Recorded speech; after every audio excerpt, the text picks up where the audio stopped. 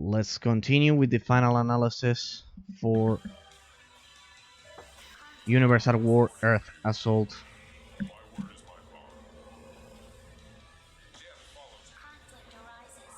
I cannot believe that I stopped 3 walkers and now we have to deal with those pesky saucers. Come on. Come on, Inquisitors.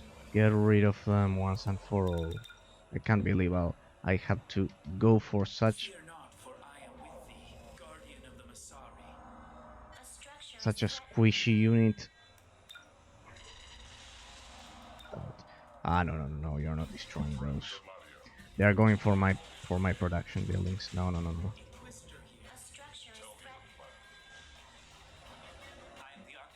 What the? Oh, down there.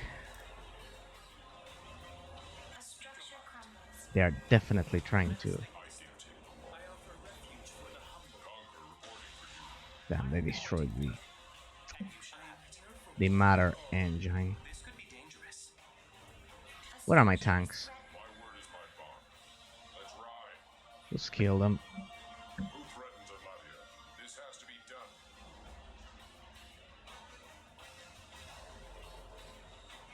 Damn, now we need more Inquisitors. I have a better idea. Let's intercept them. Let's kill them right there. So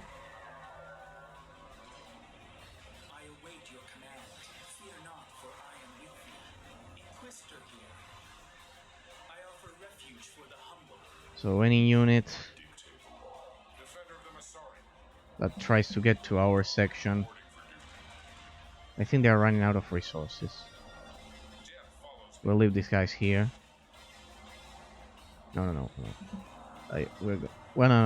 Send them there just in case we get attacked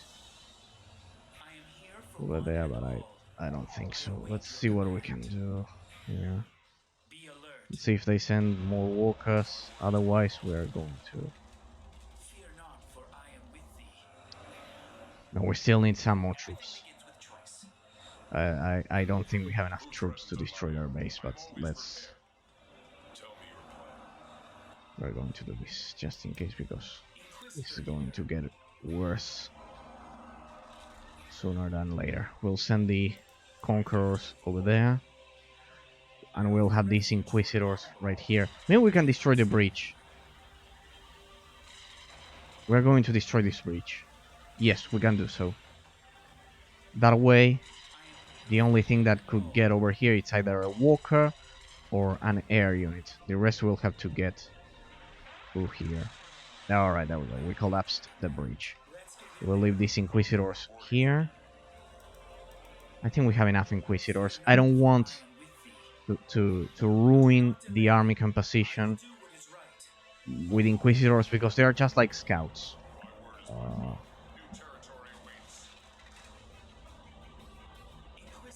I just need them to deal with the saucers. The rest shouldn't pose a problem. Right. What's going on? Is that tank destroyed or what?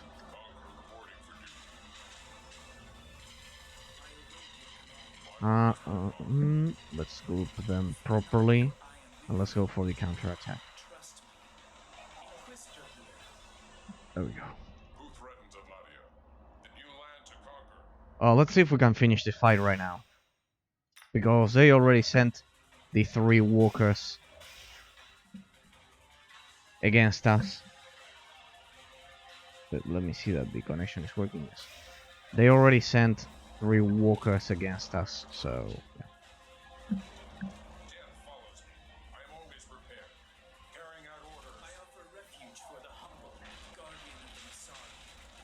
They pretty much have no more. They don't have any more resources. Let's go for the base. Let's see, maybe we can attack them and finish this once and for all. The Inquisitors will just act as guardians, just in case they send a lot of saucers. Let's see. Keep producing. I can't produce anymore. See, that's another flaw for this game. I'm sick of these guys. But well. Another saucer. We'll have to go for a turret. There's a saucer incoming. Right there. But well. Let's destroy their base once and for all. Let's go straight for the base once and for all. I'm sick of this. Let's go for that gravity turrets. Gravity turrets. Get over there, please. Fire your stupid super weapon. Don't tell me I forgot to. Yeah, I forgot to repair. But well, I'm sick of this. Please, finish this once and for all. We need to finish this charade, this joke.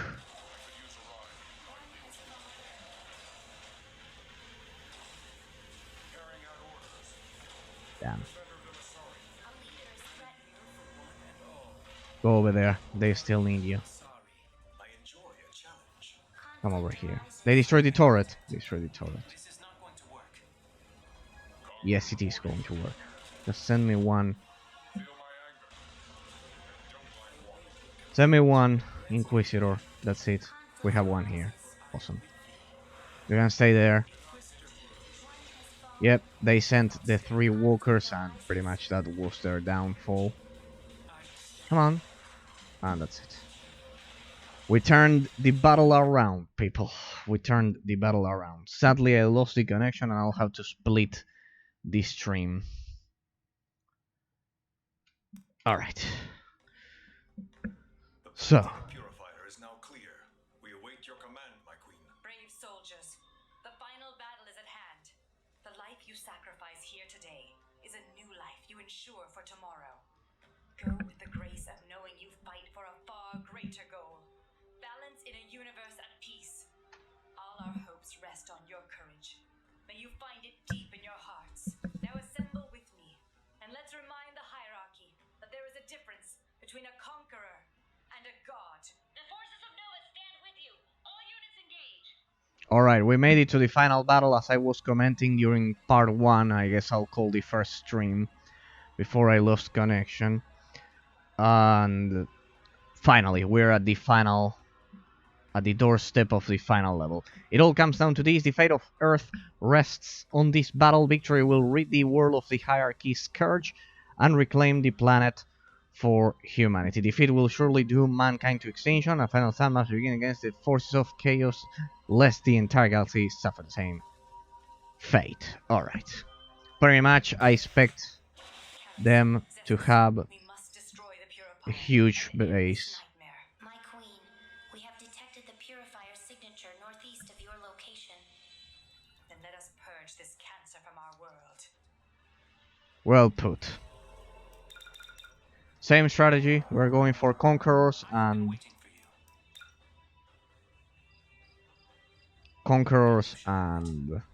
well, this is the final level. Conquerors and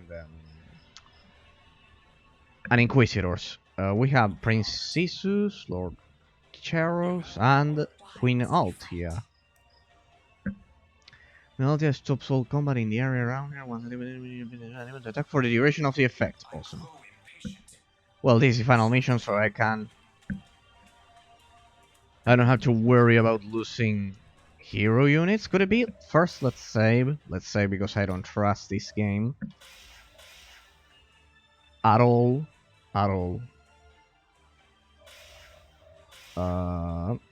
Let's save right there and right there. We'll use 2 slots. I'm not doing the previous battle again.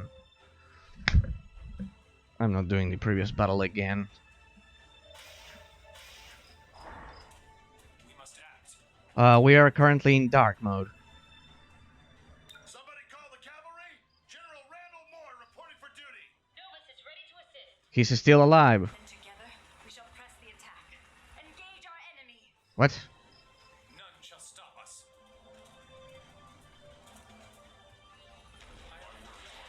What's that? But they are redeploying it to the rear. Do not let it escape. We must seize the opportunity to destroy it.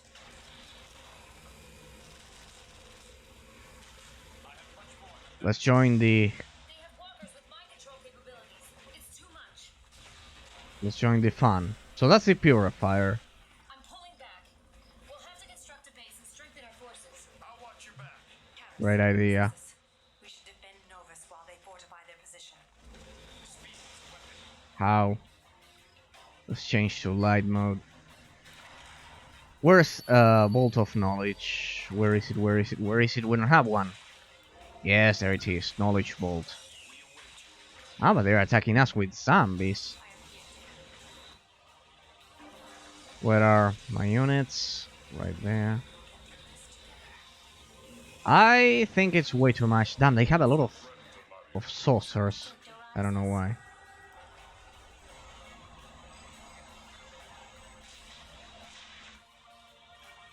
Come on, construct your bases.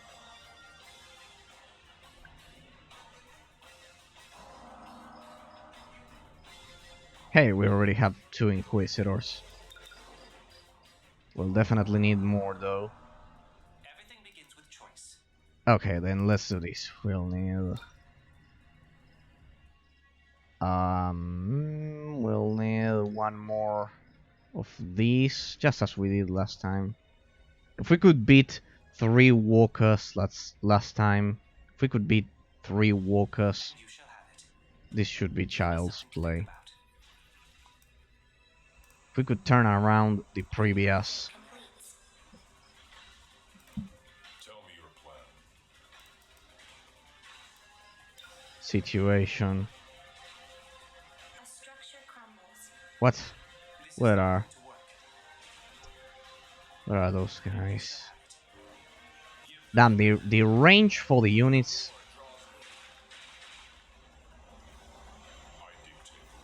regarding when they detect enemy units is pretty terrible. Novus, alright, they're going for a base. Perfect. I highly doubt there's We cannot stand idle. anything they can do. Why are these units in dark mode when we're in light mode? No, maybe it's not that. Inquisitor here. No, it must be some kind of buff. Bring the tanks. Bring the tanks right here and right there. That's all we need. And some Inquisitors. My word is my bond. As for the rest, let's improve, yes, the production. Yes. Within that, we'll change this here, and we should have some defenses to the north. They seem to like... They seem to enjoy sending troops over there to the north of our base.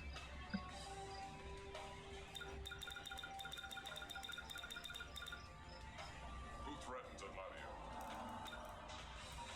Come on. Let's speed up the process, and let's distribute production as well. Which one? Ah, those zombies. No. I must stand with my people. Oh, damn it. Get rid of them. See, we need some turrets right here. I will do what I can. Those were just zombies, right? So we'll go for And you shall 1 guardian here. glory of Atlantia. Wait, so Deploy the matter controller, my queen. Light mode allows precise beams of damage. Dark mode creates a matter storm to rain down destruction across an area. You have my word. sorry guys, give me a sec because I want to ensure the connection is working, because for some days Twitch has been acting strange. Absolutely strange. Yes, it's working. It's working. Alright, sorry for that. Yeah, I don't know why, but it has been not just for me, but for everyone. I don't know why. I don't know why, but the connection is unstable. I have been waiting for you. I had that problem on Saturday, and yeah. Reporting for duty. I want to ensure it's being properly recorded, and I had it 40 minutes ago. So, the very same problem, so... Give me something to think about. I want to ensure it's being properly recorded and that it's a smooth. My word is my bond. Fear not, for I am with thee. Here we go. Everything seems to be perfectly fine. The zombies are back. We are gods. Queen sends her regards. Visitor here. Look at that. The Nobus are, for the most part, already. Don't tell me they destroyed. Well, whatever. Ah, they destroyed Tell me your plan. the turret. Alright, we'll leave our army over there then. As we finish. Let's go for Burning Brilliance. I think I forgot about that one during the last battle. 78. What's going on here? I offer refuge for the humble. I dictate the law. What? What's wrong with this guy? Ah, population gap. There we go. No. We need more tanks than Inquisitors. We can field no more. Oh, don't you worry. Besides, if I remember correctly, we also have a lot of disciples. Those are anti-air units.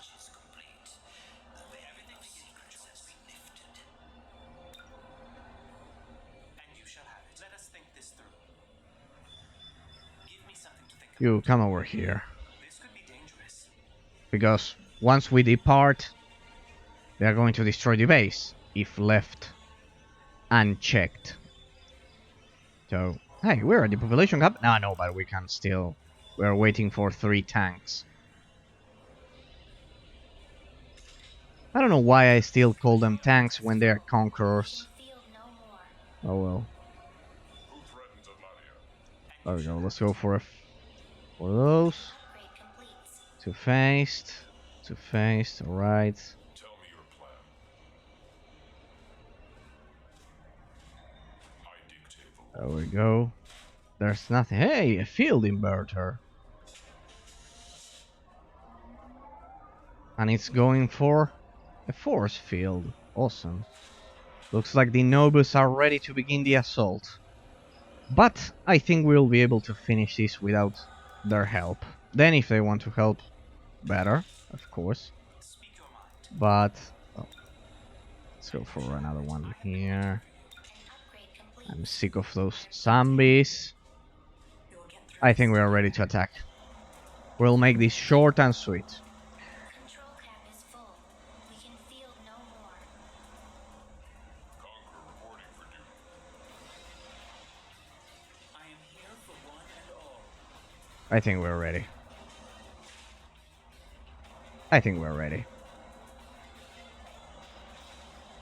It says 100%. What's going on?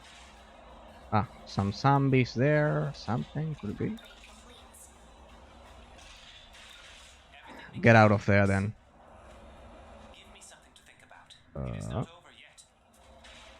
Enhance the. Oh, come on, please. Pathfinding. Pathfinding gods, aid me. Please. There we go. There we go. Well, at least these zombies will have a hard time getting through that. Alright.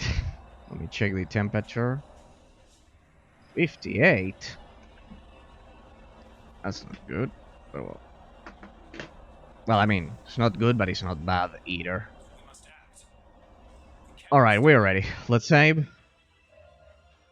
Let's save once I properly select all of them. There we go. I think I selected all of them, so... And this should be the finale. This should be the final battle. So the Purifier was kind of like an Uber To the horizon. walker. like a walker on steroids. So, well, that walker is pretty. Let's see. I think this is the biggest army I've ever assembled. I don't know what are the abilities for Prince Hughes, for the Queen, and Meg. Enemy target area. Blah blah blah blah blah. We're simply going to decimate them one at a time.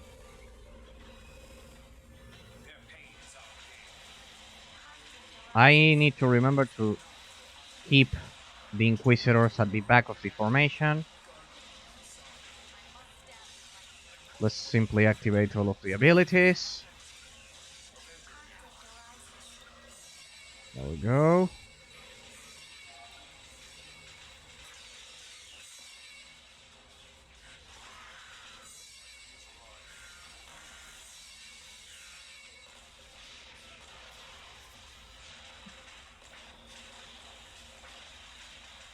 And what's going on? Or whatever.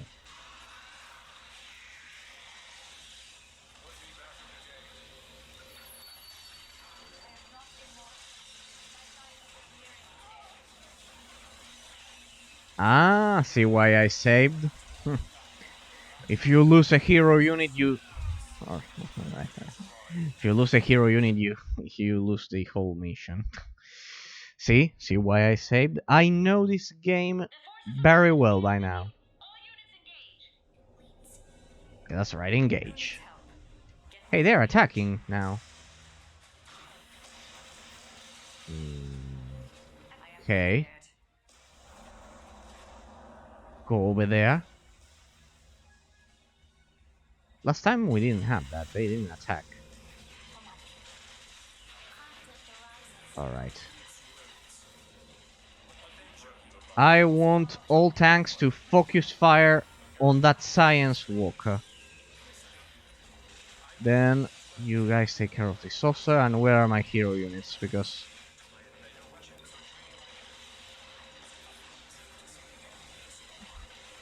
alright, we'll have to attack without the hero units because they are clearly stupid and they die. They die pretty easily. Pretty much we'll have to leave the 3 hero units behind. So any hero... Where are they? Come over here. You 3 are a liability. Get over here. Get over here. Get over here because... There we go. You'll be control group 2 and you will stay behind. Over there. Next up. I see there are some zombies incoming here. But we have those 6. The zombies there. Yeah.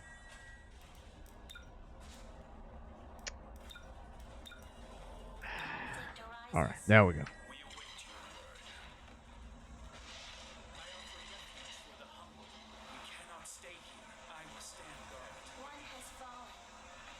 Alright, people. You'll be control group 2. Aim for that.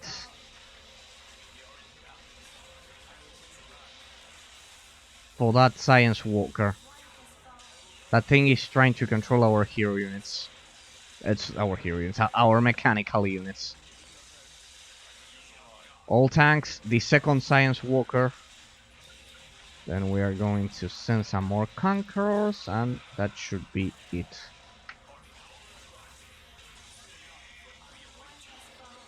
Hey, it's running away.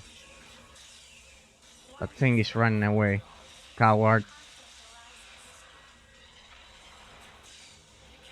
Guys, take care of those brutes.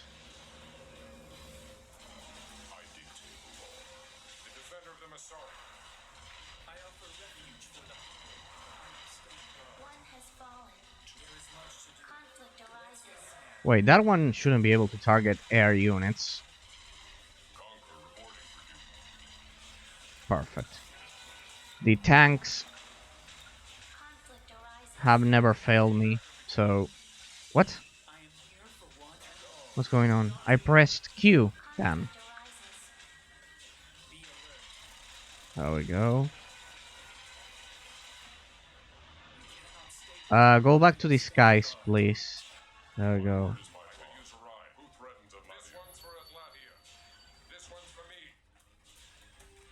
Remain over there. Damn, they're attacking. Damn, there's a walker incoming over there to their base.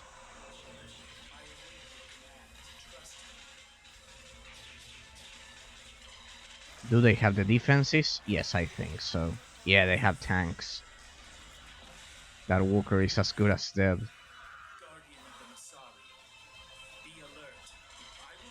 Let's help them, just in case. We have... Anyways, here we need the tanks.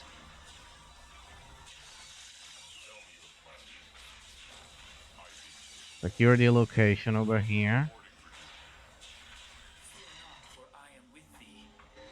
Alright, they already destroyed the walker.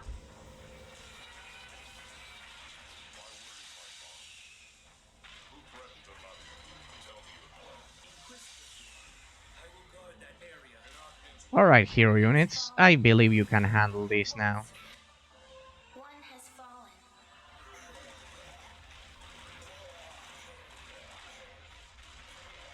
Awesome. See why I went for those turrets there. And what? What's there? Here we have a habitat walker. Whatever you do, please don't let the hero units die. I await your command. We cannot stay here. I will stand guard. Let's put some more pressure on them right there. We have no minutes. I dictate upon my honor. Remain over there. The pop cap for this game is way too low. Way too low. Not, for I am with thee. What? They are sending another walker against the Novus. Yes, of course, because the third objective is protect Marabel and General Moore, of course, the base. Guardian of the Masari. Let's go for that core. Ah, but they have turrets. They've already destroyed it.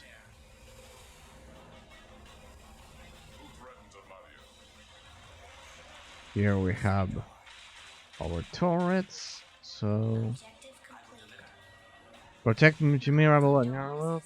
Is this still hard mode? There we go, hard mode, of course. Yes, we need to be careful because this game defaults to medium difficulty when left unchecked, as I said at the beginning of the... Well, now it will be the previous stream because the connection stopped working. Inquisitor here.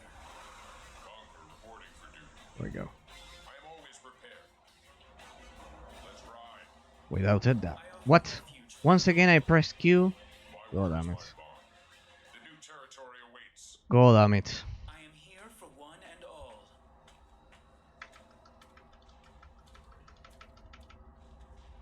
There we go. Go back to light mode, please. Maybe when I One has fallen. created the control group. There we go. I await your command. Get rid of that turret. Fear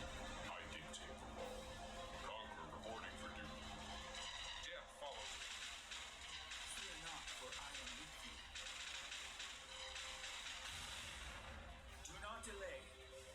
I see a walker. Could it be? Right there? I will stand guard.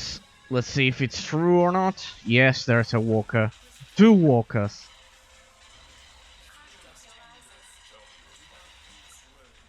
Ah, they were sending walkers our way. One has fallen. And now they're attacking them. Okay. Conflict arises.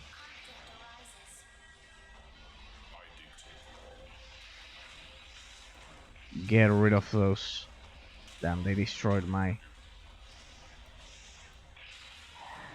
guys there. Conflict arises.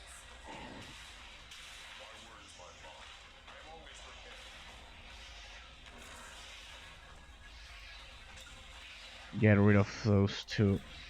Conflict arises. No, what? Don't. Here, right?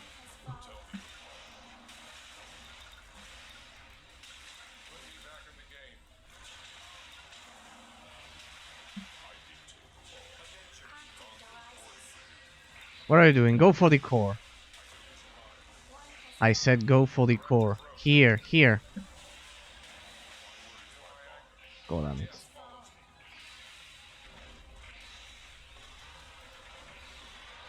For some reason they are not attacking the core.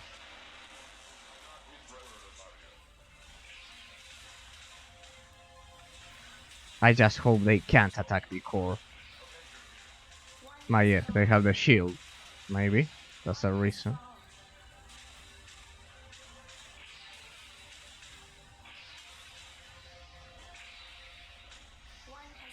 Great. Just what we needed. We've got 2 walkers.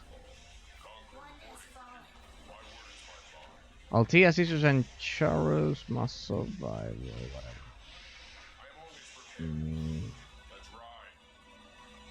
We need to destroy those 2 walkers.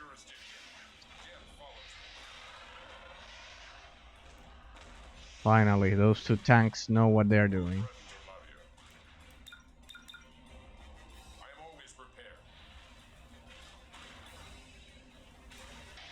Come on. The turret. Finally. The other turret. After we destroy the turrets, they are pretty much defenseless. There's nothing they can do. Go for more tanks. And well. Bring some Inquisitors, just in case.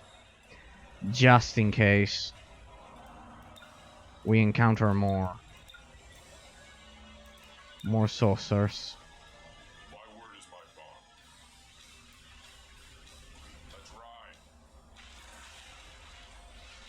Come on, that thing is about to explode.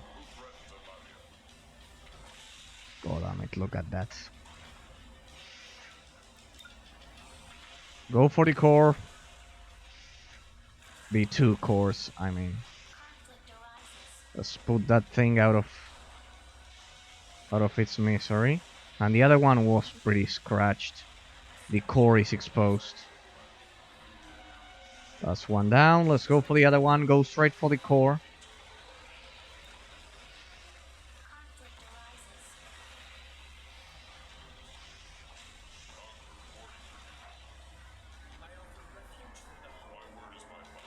And that's it. That was a nice try, but not good enough. What do we have here? A science walker. Why are there so many walkers?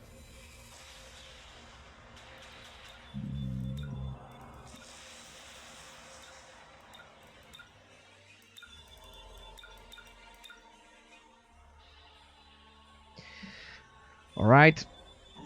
I think playtime is over for them. They have a turret there. Those turrets could be troublesome.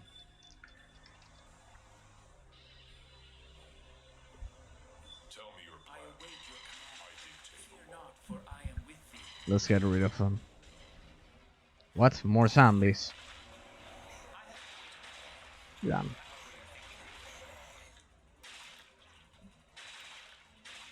How could I forget about these zombies?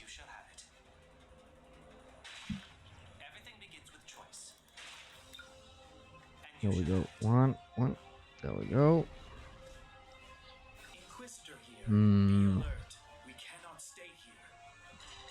Hey, they have a base here. Let's destroy it. And it's probably the base responsible for sending those zombies and everything right there. We need more Inquisitors, that's for sure. You'll get through this together. Let's use the hero units somehow. What? No. There's a science walker in there. Let's attack that.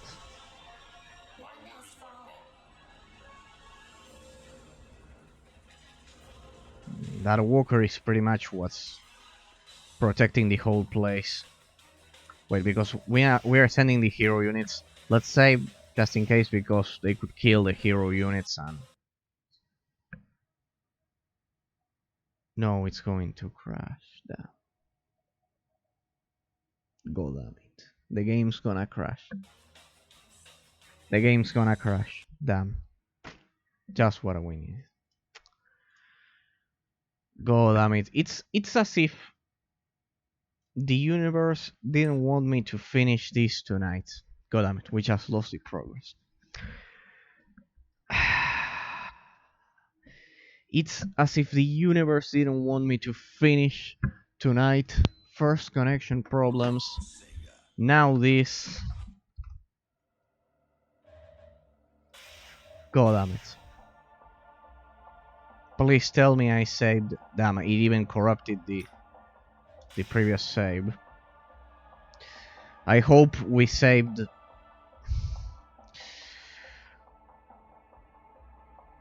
Some minutes ago. No, we didn't. God damn it. I've already had to restart the stream. What else? What else could happen tonight? My god. I cannot believe it. I cannot believe it.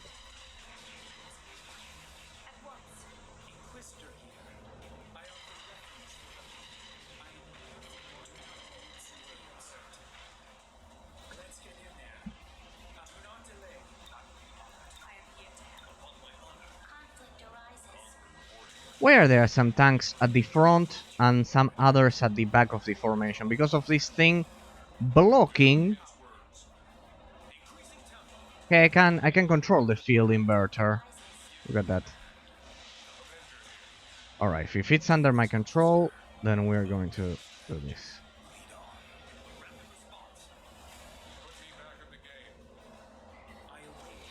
We've got saucers. Remain inside of the force field, please. Don't be stupid. I can't believe the game just crashed. I cannot believe it. Can't believe it. Connection problems. Then the game crashed. What else? What else could happen tonight? It's as if the universe simply doesn't want me to finish this and get to the final analysis.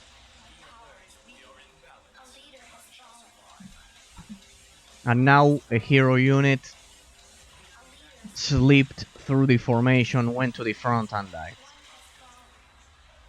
God damn it. Today is not my day, people. Today is not my day, and this game will sadly pay. You'll get through this together. You have my word. Why must we fight? Here, here, and here. You three remain over there because you are the worst plague, the worst scourge. I must stand with my people. We are gods once more. I've seen. Awaiting input. Go, get over there. Get over there. Directive. Yes. Our power is rising. Feel the rush. Some more zombies. Wait your word. But I can control that one? Yeah, I can control that one. Deploying. Rapid response with experience. If I remember Moving. correctly, when I played Magnetic field stable. Novus, Ready to process. we're actually meant to bring the second one over there. Inverter responding. Okay, we have another one here. Why? I didn't know we could control the field inverters. Alright, if I can control them, then let's use them properly. Let's see if we can push all the way to that base and finish this once and for all. There, at the front. The front of the formation. There we go. Awesome. Now move out.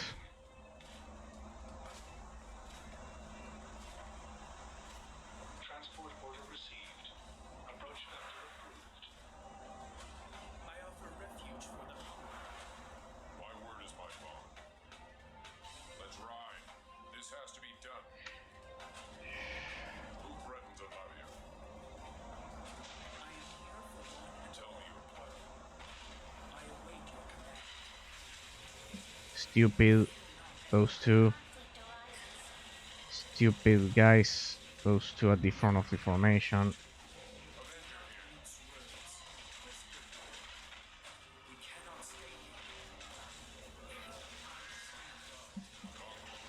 Go for the science core.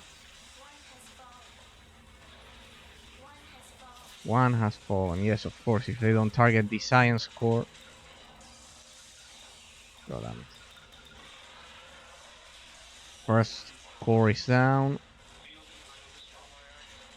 And this, look at those chilling at the back of the formation.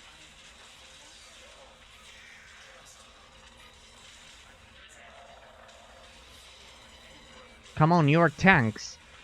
Destroy those.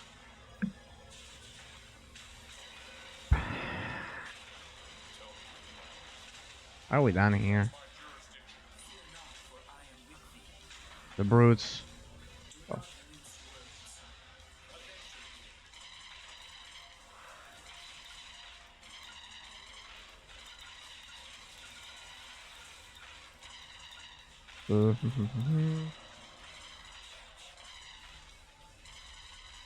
God knows what I just selected here.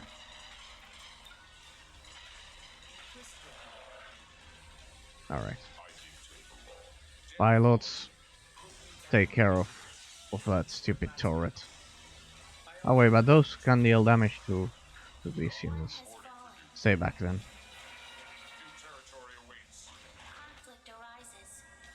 Let's send the hero units so they can somehow control the situation. We're going to... Maybe we can go for their base at this point, but... What? Oh no, there they are. No, there they are. Perfectly fine. So... There, they can deal damage to you. We are going to cover the Inquisitors. I can't believe this thing crashed right when I was about to win.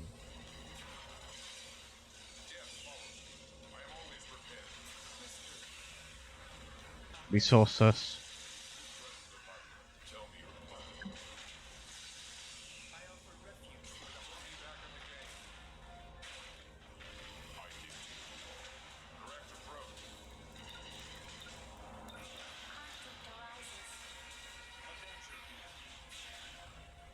We've got a phase tank attacking us, you know? And the saucer survived. Who needs help? Conflict arises. See what is out there. Ah ha ha ha ha. One has fallen. I am here for one and all. I await Why are you here? One has fallen. guardian of the Masari. Our leader is threatened. Why does he fight? One has fallen. No, you three stay back. Conflict arises. My word is my bond. Who threatens Amadio? Everything begins with choice. Sorry people, but the game crashed. Conflict arises.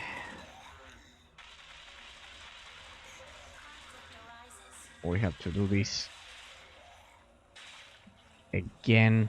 Can't believe it. One has fallen. What's going on there? Well, of course, it's full of saucers. This has to be done. Where are the Inquisitors? Where are the Inquisitors? Right there. God damn it. Conflict arises. There you are. Conflict arises. I will stand guard. I dictate the law. Get rid of those saucers, please. Carrying out orders. Get rid of them once and for all.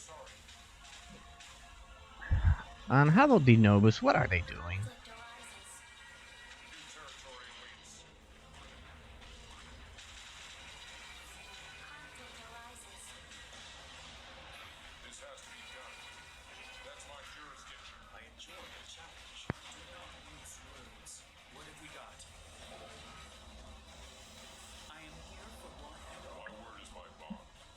I threaten the money. Fear not, for I am with thee. I'm worried because at this point, if they once again send the walkers this way, it'll be a problem. The ones we destroyed previously. I am the architect. Speak your mind. Conflict arises. Tell me your plan. I dictate. I have been waiting for you. Everything begins with choice. Give me something to think about. And there they are, the walkers. What's that guy doing over there? A structure is I can't believe it. I can't believe it. We have 2 walkers incoming. We've got 2 walkers incoming. Come back. Come back. a structure. Come back. We have 2 walkers incoming. The same 2 walkers we dispatched previously, and the game crashed. And now we have to dispatch them again. God damn it. Conflict arises. Correct approach. A structure is threatened. Go ahead. And the Inquisitors will Guardian of the put some more pressure on them in the meantime. Conflict arises. Conquer. Be alert. We cannot my word is my A bond. structure is threatened. So, these guys should be enough to deal with this. With these walkers. This has to be done. They're going for our base. Conflict arises. I can't believe this. What were you thinking of? Conflict arises. Why did you stop producing units? God damn it. Are we at the population cap? No, that can't be. That can't be if they are dying right here. The core, please, the core.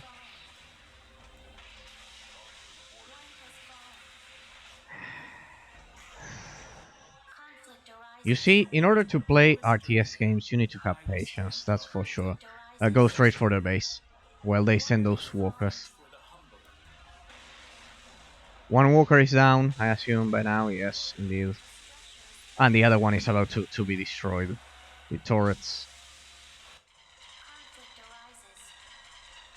I am here for one and all. Get rid of that base. I think we'll be able to destroy that. And... dead. I am always prepared. Guys, go over there. Carrying out orders. Where are my tanks?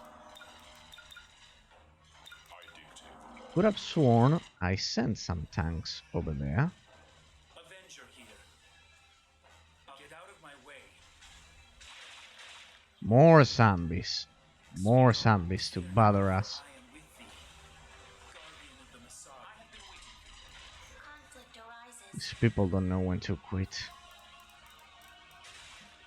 I'm already Arises. don't know what to how to go for. There we go. Population. We're being overwhelmed by their numbers. Destroy those defiler units and put an end to this abomination. What do we need to do here? I offer refuge for the humble. What's this? I will stand guard. Let's get in there. Civilian. And how do I save them? Destroy hierarchy purifier. I am here for one and all. I await your command. Do not delay. Remain over there. I will do what is right. Let's see if I can save now without this crashing. So just in case you're wondering, I can't use numbers. Please don't crash. Don't crash. There we go. See, it wasn't that difficult. What? Yeah. I must stand with my people.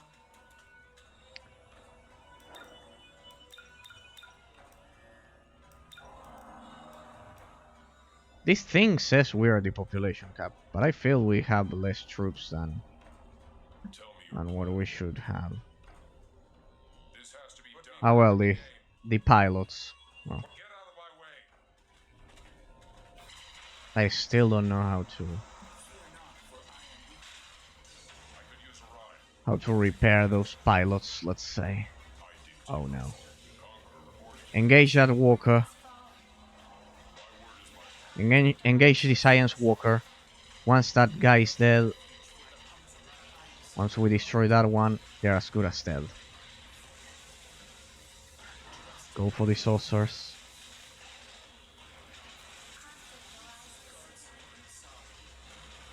There we go. No more control units for ya.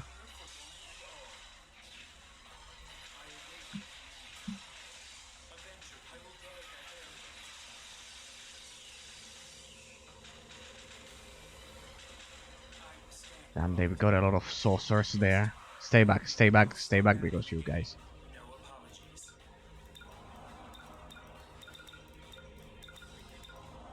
Those stupid pilots, they consume population and Who threatens Amadia? Tell me your plan. Death follows me. they don't deal damage. I dictate. Supposedly you are able to repair them, but so far no architect has been able to do so, in my experience.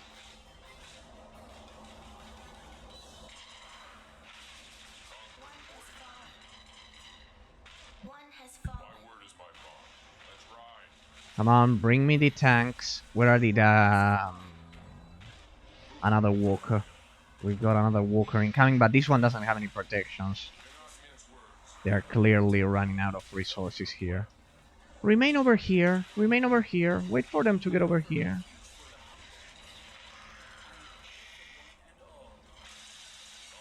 Guys, stay over there. That thing is as good as dead. One core is already exposed.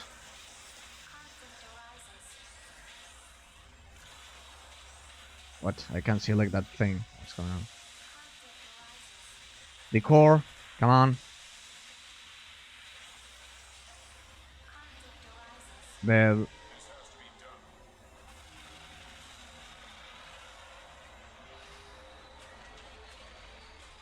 Hey, the Nabas are here.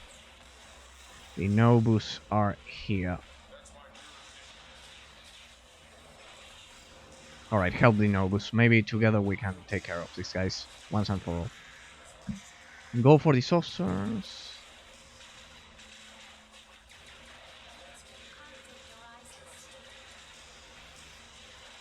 What are you doing?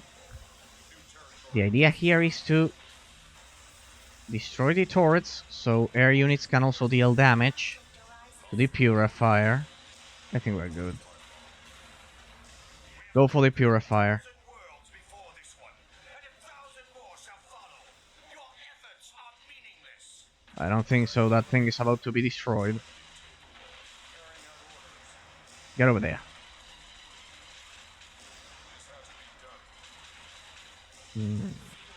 Damn. So many tanks. What? Masari Queen, and you ran from our victory like the cowards that you are. Today, history will repeat. Careful. I think there's one more walker coming our way.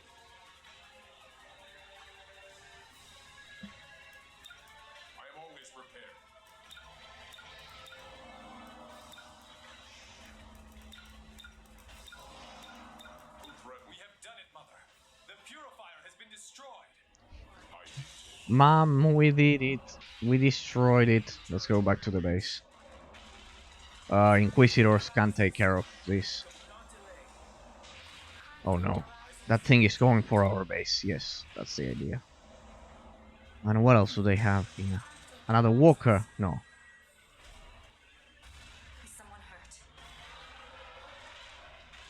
structure crumbles. My word is my bond. You Get rid of that turret. The nobles are taking care of that. Conflict arises. Oh, objective defeat Kamal Rex. What's going on? Has fallen. What? Conflict arises. Another army has... One has I'm fallen. over here. One has fallen. A whole army. Alright, don't you worry. A structure is threatened. That guy's coming this way. my word is my One bond. has fallen. Conflict arises. You better get out of here. Has fallen. You people are surrounded. Conflict arises. Oh no. Finally, I think we just finished the whole campaign. Hierarchy is greater than one mere battle. Our empire stretches farther than your galaxy has stars. I will surrender to no one. Good, because I don't recall asking you to. Unleash your weapons. My death will give rise to legend. The legend will become myth, and the name Kamal Rex will be enshrined in eternity. And so will your genocide. You've killed billions. I only thinned the herd and eliminated the weak. Stop. This is not an execution. The dead would disagree. It isn't. One planet's been destroyed. And I say there's one more body left to bury. No. Your world is out of balance. But killing is not the solution. Then tell us what is. It requires our generosity. You have proven a worthy adversary, Kamal Rex. What? That guy betrayed... Honored. What can a fallen god offer me? Only the very thing you seek most. Power. Have you lost your mind? What are you doing? What? The fury of your new god. Is this a joke?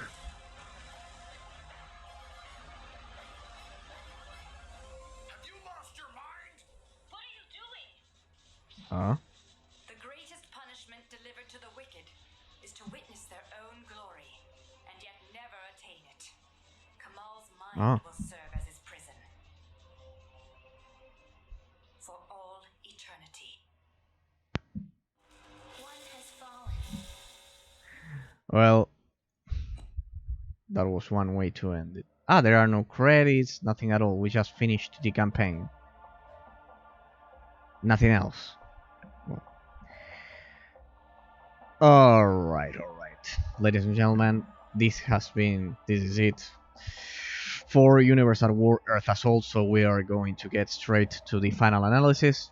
Just in case you are joining us right now, just in case you watched this as a YouTube VOD and you just watched this final part, let me highlight that this is kind of like the real attraction for the game, which is the Conquest Mode, let's say. Here you can, similar to Warhammer, Dawn of War, Dark Crusade, the second expansion, here you begin at different locations of the map, of the world map, and you do skirmish matches. And you can, of course, yes, I know it's terribly named because it's not scenarios. It's actually Conquest Mode, just like Star Wars Empire at War.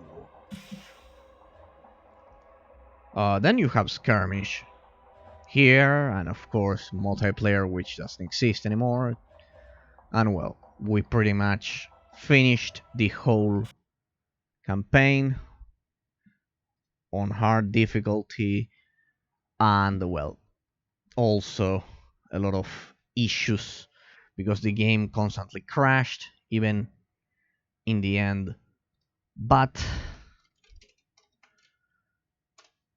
we are done with this game.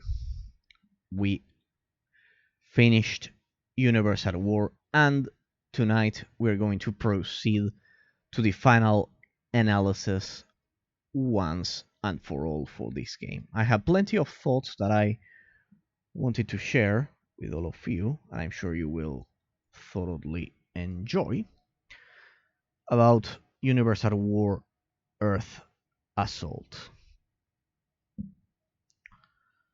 So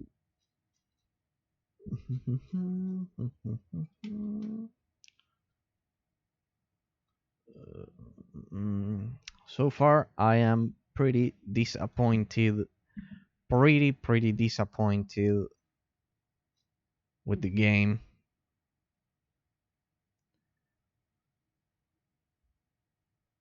Pretty disappointed. I thought that Petroglyph would, go back to what Star Wars Empire at War was. After all, this game was created with the same engine, same everything, and yet, no. What a disaster. What a disaster. What a terrible disaster. But well. We'll get to the final analysis. Let me see.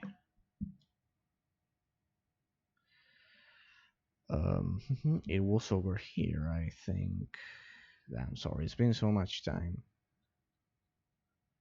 I mean, not since we did a final analysis, but should highlight this. Here we go.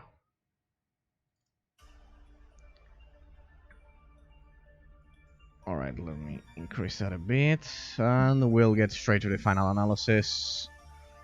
And here it is, the analysis for Universe at War Earth Assault. We are ready to begin. Okay.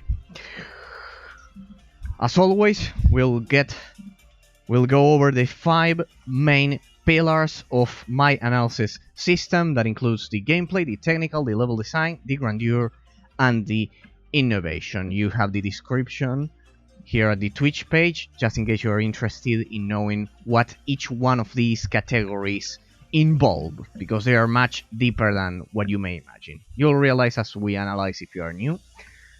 But let's get straight to it. After 6 days of 3 hours average of gameplay, we managed to finish the 3 campaigns for Universe at War Earth Assault. This game, let's get the context out of the way. First of all, because pretty much we only reviewed that at the beginning of the series, so we need to refresh our memories a bit. We are going to do a comprehensive analysis of each aspect for Universe at War Earth Assault.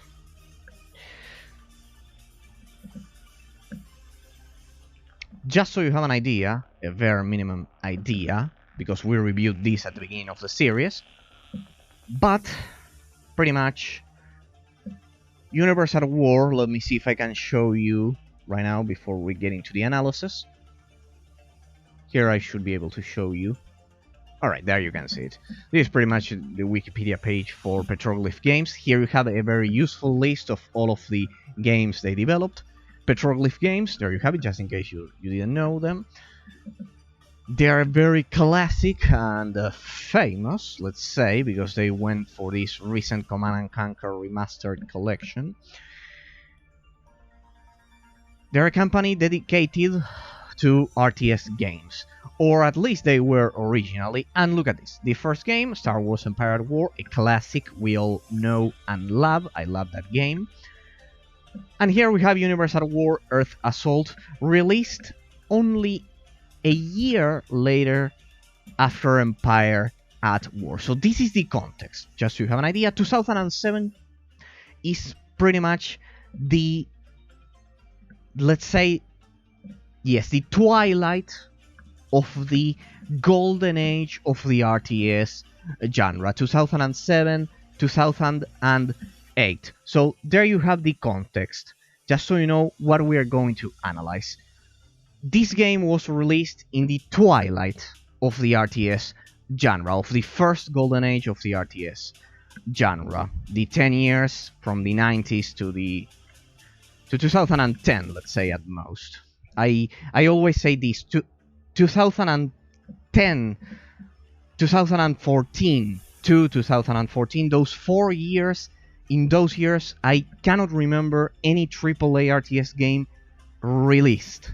Not a single one, from 2010 to 2014. So, now that you have the context, we said all of this at the beginning of the series, we'll get to the final analysis now that we managed to beat the game on hard difficulty for Universe at War Earth Assault. Well, let's begin with the first category, the gameplay.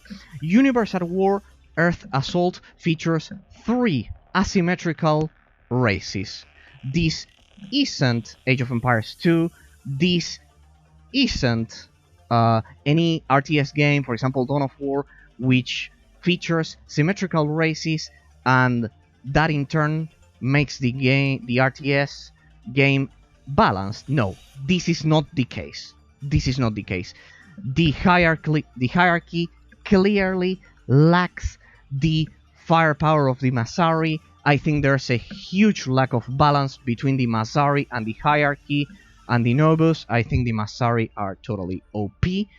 So there you have the first feature for the gameplay category. An absolute lack of balance between races caused by how asymmetrical they are. Extremely asymmetrical. You could see the walkers produced by the hierarchy race. They had nothing to do with the units from the Masari, which had 2 modes. Regarding that, they put in a lot of effort to make this game different from what they were going for with Star Wars Empire at War. Star Wars Empire at War is a very symmetrical game, and I'm mentioning this game because it's the direct predecessor to Universe at War. They pretty much use the same engine. And it's incredible that 2 games which use the same engine, 2 RTS games which use the same engine, have such different civilizations. Universe at War, absolutely asymmetrical, and Empire at War, totally symmetrical. Empire and Rebellion. Pathfinding, second point, the pathfinding. The pathfinding is probably the worst I've seen in any Petroglyph game ever. But ever. Plain and simple, this game is not a Star Wars Empire at War at all. Star Wars Empire at War has better pathfinding than this one. Much more polished.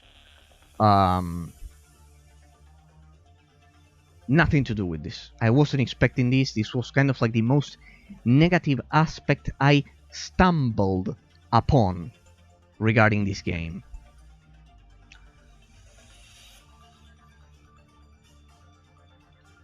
I wasn't expecting to find such terrible pathfinding, especially for the hierarchy race.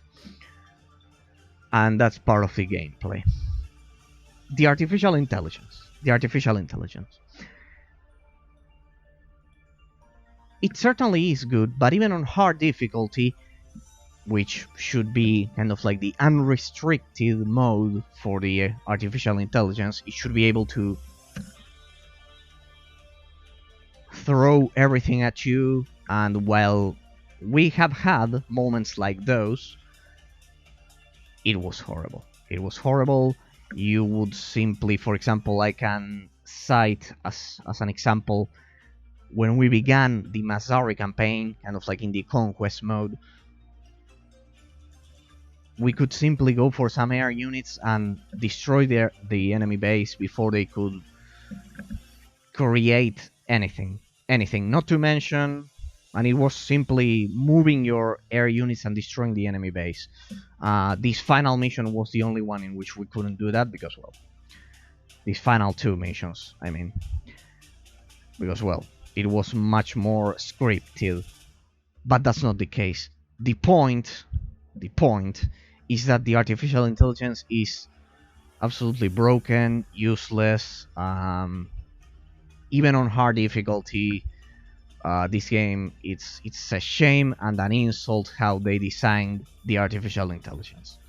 Star Wars Empire at War, with its Conquest Mode, was much more brutal.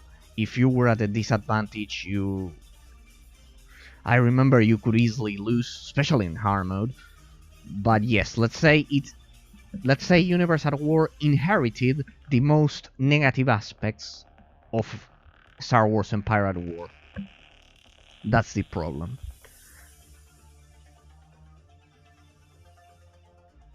Next topic regarding the gameplay. Fourth section of the gameplay. Part of the analysis. The combat. Let's get to the core of the matter, let's say. The combat in this game is pretty frustrating. It's pretty frustrating because units deal damage as they move. They fire their weapons as they move without any kind of issue. And you end up not knowing what to do, if you should send them to walk and fire at the same time their weapons, to attack at the same time. I don't know. I don't know what they were exactly trying to do, but clearly it wasn't a good idea. It wasn't a good idea, and the result is evidently flawed. Not... Why? Let's get to the important part. Because you feel you aren't in control of your units. You feel your units won't obey you. You feel your units are simply doing whatever they want. They are not paying attention to your orders. They don't obey you. That's what you are going to feel, even though you can select them and send them to the front or the back of the formation and everything. But you will feel that they are not obeying you. Partly due to how bad pathfinding is, but also due to the fact that the units don't have stances. First of all, that would have helped this. Sorry. Pretty much the same critique I did to Battle Realms, but then I was informed that it had stances, actually.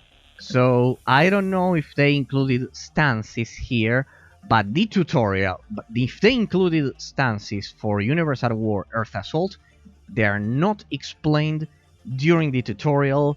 They are not explained or showed at all during any of the campaigns at all. So for me, there are no stances. I deduce there are no stances. If I'm wrong, well, I highly doubt the developers for Universe at War will come over here and tell me how to toggle the stances, but I couldn't find them. They weren't in the tutorial, so partly due to the lack of stances and partly due to the terrible pathfinding, combat is clunky, especially for the hierarchy faction. The hierarchy campaign and the hierarchy faction, they are the worst for this game. They were the worst section for the campaign, and they were the weakest part of this game. Definitely. The pathfinding for the walkers is terrible, beyond terrible. and it's mainly the cause, the cause behind the terrible lack of balance. So the combat is clunky. It's not comfortable at all. You won't feel you're in control of your units. That's my impression, especially hierarchy, the hierarchy faction, and well, for me, those two things I can somehow understand the other weak aspects for an RTS or any game for that matter, but the pathfinding, the gameplay, and there's a third case which is using the campaign as a tutorial for multiplayer. Those three aspects for me are severe. Not only for me, they are objectively severe issues. It's not the same. We could have a perfect gameplay, everything, but then let's say the soundtrack is not good, the plot is not good, the game is lacking, I don't know, cutting edge graphics. But if the gameplay, the pathfinding, and or the campaign, those three aspects, those three elements are not properly implemented, well, those are severe mistakes. Those are severe mistakes. So it won't surprise you when I say that the combat in this game is flawed and the gameplay as a whole is flawed. It could have been worse. But it's the same story as Grey Goo and Star Wars Empire at War, if you ask me. Petroglyph, they clearly have a problem with that. I still can't understand how is it possible that Empire at War has better unit variety than this game. It has better pathfinding than this game, and it has better well, it doesn't have better base building mechanics because it's different in that game. There's actually no base building because you can like decide your base building tree. Let's say you kind of like create your base at the conquest map instead of the skirmish map. But yes, every aspect of this game is a step back from Empire at War,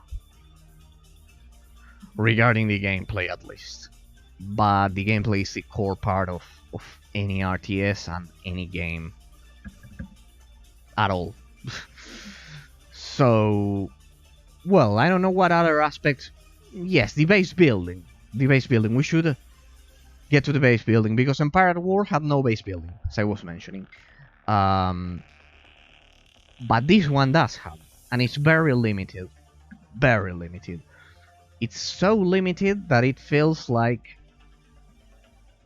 a real-time tactics game.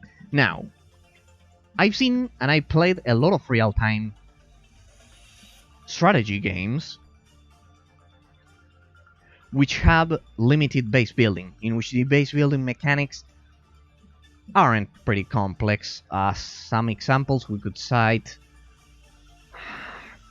Dawn of War, with all of its expansions, Winter Assault, Dark Crusade, and Soulstorm.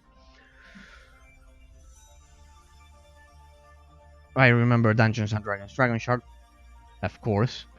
But all of those games, all of those RTS games, the gameplay was so smooth and perfect that having limited base building was even impossible to argue. The Lord of the Rings, there was another one. Battle for Middle-earth 1 and 2, it also had limited base building. And many, many more. But this one has limited base building and bad gameplay. It's much more similar to a real-time tactics game. It reminded me, the base building mechanics reminded me of Company of Heroes. That's a severe issue because Company of Heroes is a real-time tactics game, not a real-time strategy game. Remember, the difference between those two genres is that in the real-time tactics genre, positioning on the battlefield determines the outcome of the battle, right? Think about Total War, Company of Heroes. Company of Heroes uses a cover system, and Total War, well, what can I tell you? If you get attacked by a cavalry charge at the rear of your formation, you pretty much lost the battle, regardless of the edition of the game. It could be Total War Rome 2, it could be Total War Empire. It doesn't matter. If you get attacked by cavalry at the back of your formation, you're as good as dead. You just lost that battle.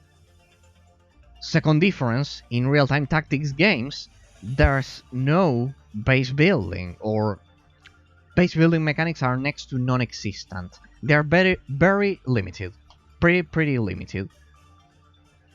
There are cases, as I've said throughout my streams, of RTS games such as Dawn of War, such as Battle for Middle-earth 1 and 2, such as Dragon Shard. Those games blur the line between real-time strategy and real-time tactics because of how limited the base building mechanics are. However, they all have something in common, as I've mentioned. The gameplay is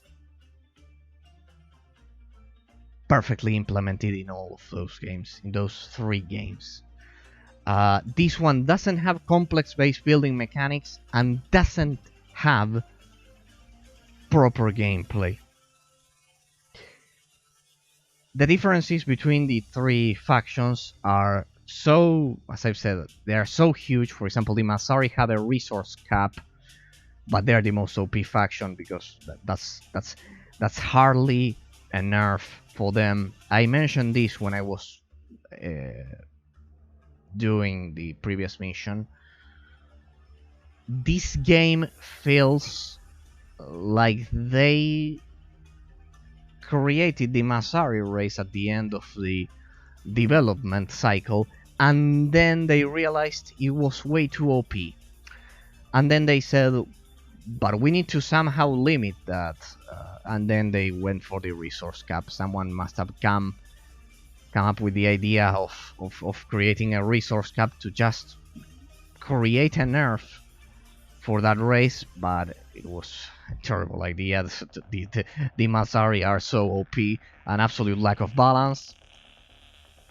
The game uses the basic rock, paper, scissors system with what I've come to call the first layer.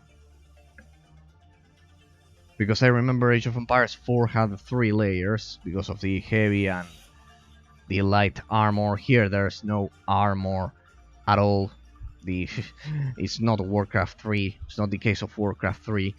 And it's simply rock, paper, scissors. Rock, paper, scissors, the classic system that RTS have been using since the dawn of their existence. Well, that's not bad by itself, per se. They could have gone for something much better. For example, the walkers, since there's a cap on the walkers, in order to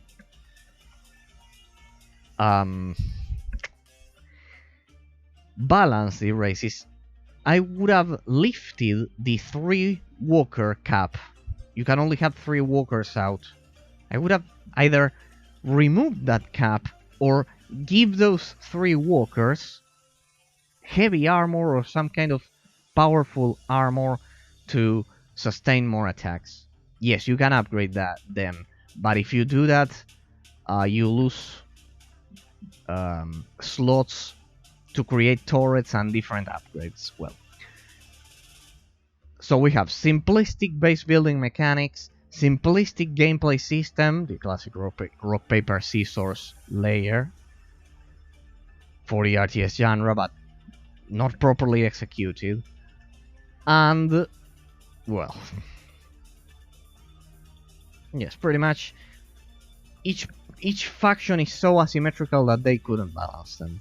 And the Masari, I think they are the most OP, and they had no idea how to nerf them, and they went for that resource cap.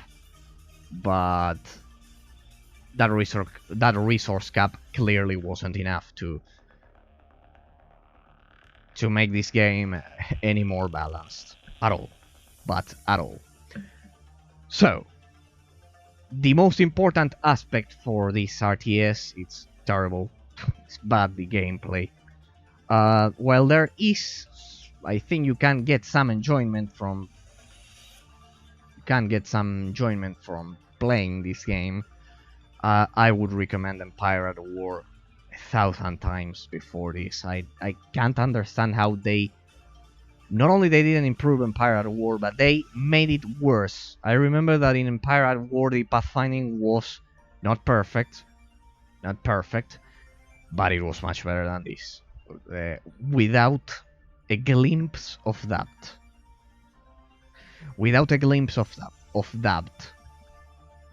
The pathfinding was much better. The units would obey you. Nothing to do. Both games have been developed under the same engine, but clearly Empire at War is the superior one. Clearly.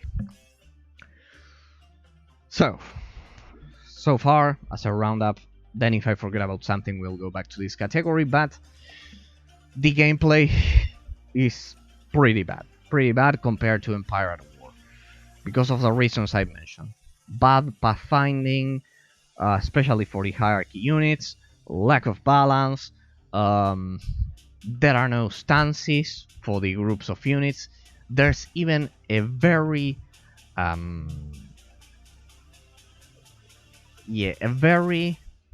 frustrating lag, and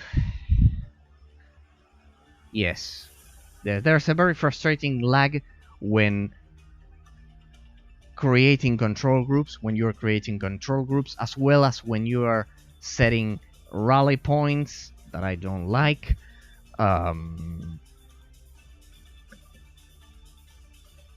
Besides, one more thing, the Masari buildings are so cheap when compared to the hierarchy buildings. That's yet another reason why they are so OP in comparison. And, well, what else could I tell you? I think I pretty much described the whole game. The Novus, well, they are kind of like the middle ground. But also when I played the Novus campaign, the pathfinding was just as bad. There's not a lot of unit variety. You pretty much have infantry, only 1 or 2 units for infantry for each faction. 1 or 2, well, 2 vehicle units at least for each faction, and 1 or 2 air units for each faction. Pretty much very, very disappointing. It's the only thing in which this game is similar to Empire at War, because I remember that Empire at War also had a lack of unit variety, but well, it more than made up with its fantastic Conquest Mode and everything. So, pretty much, I think I've already ranted enough regarding the gameplay category for the analysis. Clunky. I would describe it as clunky, following the classic rock, paper, scissors system, and not much to see if you played Empire at War. Yes, I'll save that for the technical category. Let's get to the technical category of the analysis. And let me begin by saying that the animations in this game are hard-coded at 30 FPS, just like Star Wars Empire at War. That's no surprise, it's using the same engine, after all, as I've been saying, the Glyph Engine 1. I guess we'll call it like that. I don't know what's the technical way to call it, but it was the first engine Petroglyph ever used. It's the same as a Star Wars Empire at War. Animations are hard-coded at 30 FPS, but the camera panning movements and the zoom in and zoom out features, for example, or panning the camera, they're at 60 FPS. So it causes that it's a case I've seen in a lot of games in which the animations are hard coded at 30, but the camera panning movements are, you're able to get them to run at 60 FPS or even unlocked frame rates. I applied a lot of fixes to this one, so you had the gameplay as smooth as possible. I don't think you will find any other footage which fixed the game and showcased the game as I did, because of the fix I had to apply to the game. And let's address first of all the evident problem this game has presented: the crashes. As you could see, even at the end of the game constantly crashes. There's no way around it. There are no fixes possible which could take care of this. And yes, pretty much the game will crash regularly. Not regularly. You can play. You can play through the campaign. I just did it. You can count the crashes, but it gets pretty annoying, especially if you are not used to it. I'm already used to it. I remember Armies of Exego, Dragon Shard, a lot of those old school games crashing sometimes. Pretty much I would say this was the same amount of crashes as those games. So yeah, pretty much it will crash from time to time. It will crash from time to time, but it's not unbearable. Pretty much you get the idea. Especially if you alt tab in this case. If you don't alt tab, well, I noticed the game crashes much less. But anyways, that's impossible to justify. That was a terrible mistake they did. I don't know why the game crashes. I don't know if it's compatibility with the operating system. Let's get to the second part of the technical part of the analysis. The second section of the technical part of the analysis. The resolution, it's unlocked. You can play the game at 4K probably. I played it at 1440p. I could go over 1080p, and pretty much if you can get the game to run at over 1080p, it can run at all the way up to 4K. So that shouldn't present a problem. It supports widescreen resolutions. So in that regard, it's properly done.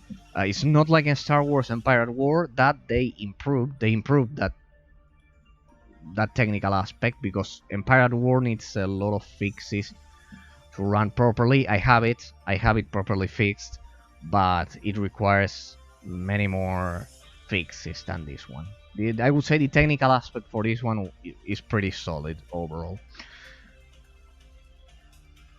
The most positive thing is that the graphical and special effects, the texture for the terrain, the physics for the grass, not that much, but overall all of the lights and the different lighting effects this game has, they are pretty much the best I've seen for the batch of RTS games released in 2007. It doesn't have a lot of physics, the terrain. It doesn't have a lot of physics. For example, the grass doesn't react to units standing on it, let's say, or they are not affected by wind physics, the trees at all. So the physics part is not good, but I must recognize that the lighting is impressive. It will definitely hold your attention. It will definitely hold your attention, and you'll be impressed when the walkers fire those awesome lasers all over the place, or when you simply construct the base for the Nobus for the first time and you create the different the different circuits for the. If you haven't played the game, it's difficult to explain, but you have to create different kind of like structures which are going to connect the energy for the base, and it's like electricity, and you can send units through them, which was the most innovative aspect probably. How incredibly unique some mechanics for the races are, since they are so asymmetrical. But of course, regarding the technical aspect, yes, the graphical effects were gorgeous. Doesn't have a good physics system. The animations are hard-coded at 30, and well, pretty much the resolution is unlocked. Yes, the resolution is unlocked. So it's a mixed bag, I would say. Let's say it's the most impressive part of the analysis. It's the most impressive part when they fire all of those lasers, except for the innovation category, which we are going to get to soon enough, which is also related to the resources and also related to the different unique mechanics the game features. Let's get to the level design in the meantime. This game features 3 campaigns, according to the 3 races it has. The Nobus first. First you play with general with the humans, the OG humans, let's say, but then they disappear and they are not a playable faction. It's kind of like just for the prologue. The Nobus, the Hierarchy, and the Masari. Both the Nobus and the Hierarchy campaigns are composed of the classic RTS structure for the campaign. You go from mission to mission. You don't use any conquest map at all. So it's very, very classic. Let me get some water because I'm out of breath. Give me a sec.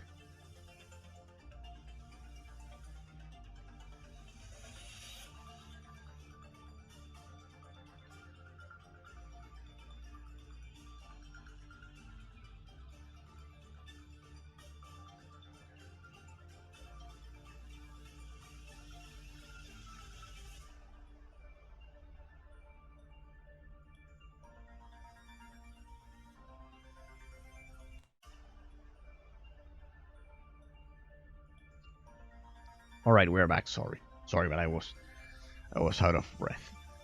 Level design. We've got those 3 campaigns, but the first 2 are kind of like classic examples. You go from the first mission to the second one, and then continuously all the way until you reach the end, the final mission.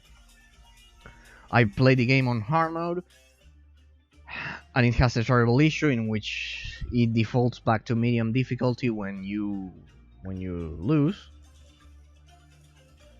So make sure you always check that if you're planning on playing the game. And the level design. Those first 2 campaigns, you are pretty much explained. You're explained the different mechanics for the races. They are not interesting except for the plot, the campaigns. And I must say, the lack of objective variety this game has is terrible. It just tries to teach you the mechanics just like Grey Goo. This game concentrates all of the negative aspects of Grey Goo, the predecessor. The predecessor is a Star Wars Empire at War, and it takes all of the negative aspects of Empire at War, let's say clunky engine, clunky pathfinding, and all of the negative aspects from its successor, which is Grey Goo from 2015. This game concentrates all of the negative aspects, and regarding the level design, while this game isn't a tutorial for the multiplayer section of the game, well, it isn't a tutorial for the multiplayer section of the game, which is the case of Grey Goo, its successor. It's very close. It's very close. It's very close. I would say they used the campaign as a tutorial for the Conquest Mode, in this case, which is clearly the main attraction of this game of Universal War. The Conquest Mode, which is the mode I just showcased, which they called Scenario, but it's pretty much the old classic Conquest Mode from Warhammer Dawn of War, the second expansion I've been mentioning, the Dark Crusade expansion, in which you simply play different skirmish matches. I thought that was a shitty idea, 100%. That should be kind of like a separated mode from the campaign. And it's the case for this game for the first two campaigns, for the Novus and the Hierarchy. And the Masari. Why Eraser did you split the three campaigns at the moment of analyzing them? Yeah, well, that's the idea. The Masari campaign is composed of only one story mission, and then it's the Conquest Mode. Yes, the campaign turns into the Conquest Mode. Yes, as I'm explaining it. Yes, exactly as I'm describing. The campaign becomes plain and simple Conquest Mode. It turns into the Conquest Mode from Warhammer Dawn of War Dark Crusade. But Warhammer Dawn of War Dark Crusade had a lot of interesting details, besides having a superior gameplay, which made it made sense. It made sense. First of all, it was an expansion. It wasn't the main base game. It was an expansion. First of all. Second of all, the gameplay was better.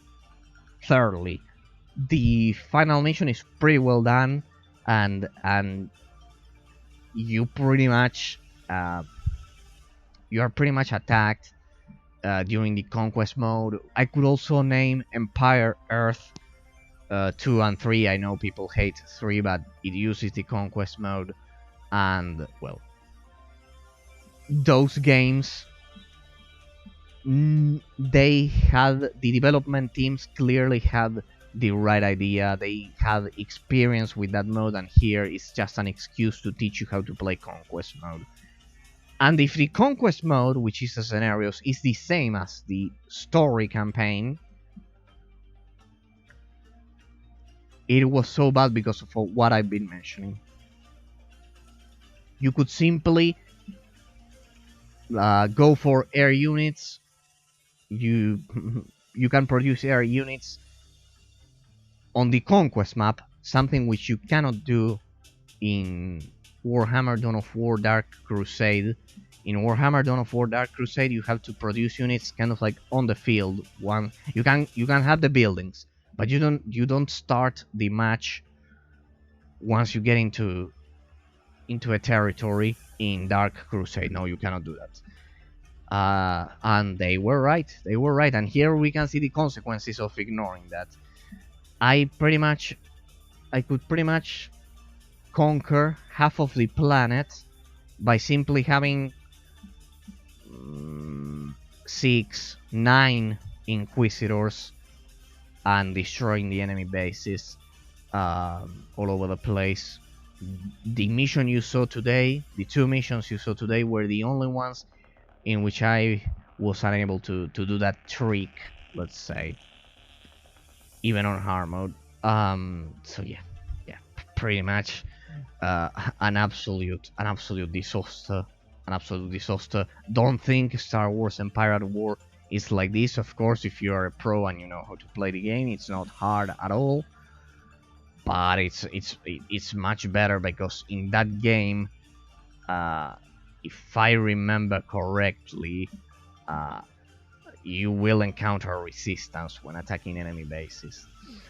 Here there was a mechanic which prevented us from doing so at the beginning of this match, of these last two matches, because they kind of like damaged our troops. So I hope they implemented that for the Conquest Mode for these scenarios in Universal War.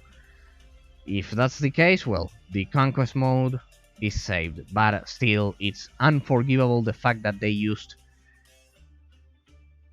33% of the campaign mode as a tutorial for the Conquest Mode. I don't think that's ethical. I don't think that's ethical at all. That's not morally correct. Not to say a terrible flaw for the structure of the campaign. They clearly don't learn.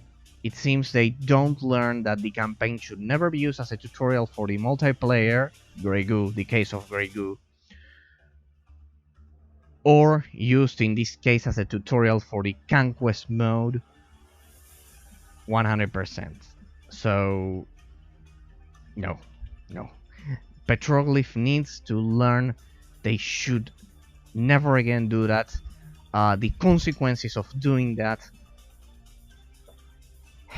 have been paid by the whole RTS genre. They shouldn't do that again. So, I hope I never tried their last two games, which were Forged Battalion and 8-Bit Armies, regarding the RTS genre, if I'm not mistaken. They also did Canaan, one more, this one, Canaan Unconquered, but that's a baseless tower defense game similar to the Billions, so that one doesn't count. I hope they someday learn to go back to their roots, expand upon base building, or I mean, do all of the things they did correctly with Grey Goo. Regarding the structure for the campaign, they have a problem with the campaign mode. That in this game, in Universal War, they try to conceal behind the Conquest Mode. And in Grey Goo, well, they polished the pathfinding, they polished the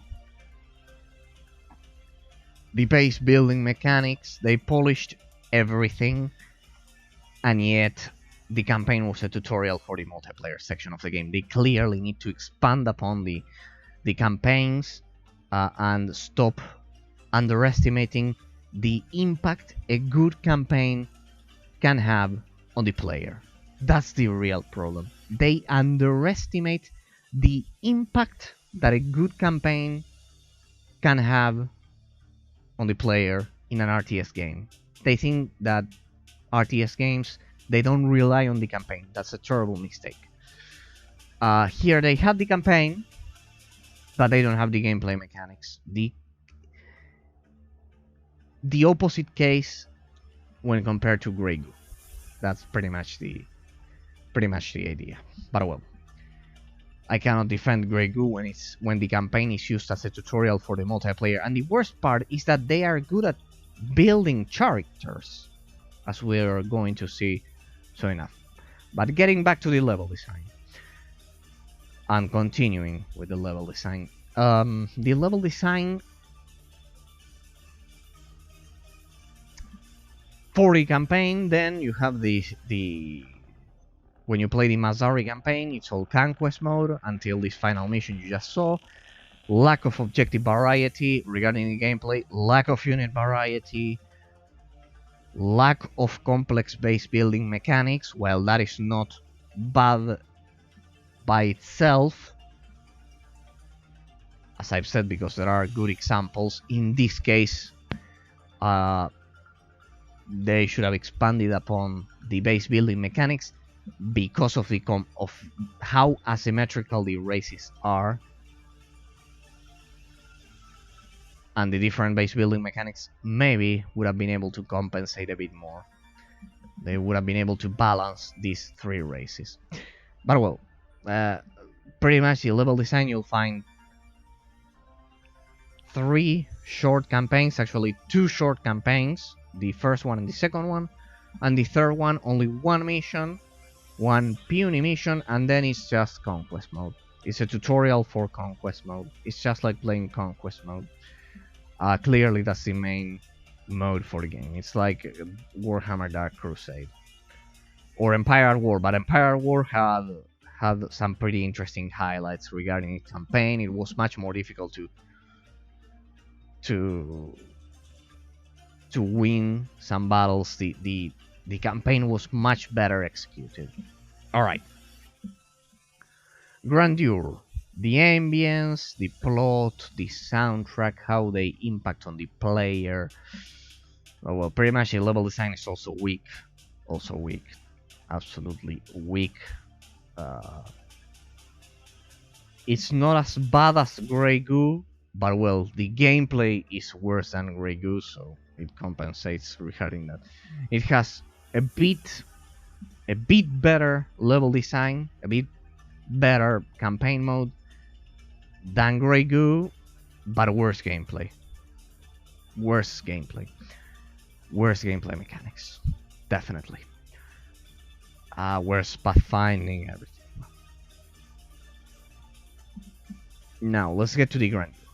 The plot is probably the strongest point of the game, together with the technical aspects and those incredible lasers and lighting effects it has, and the fact that it runs at unlocked resolutions.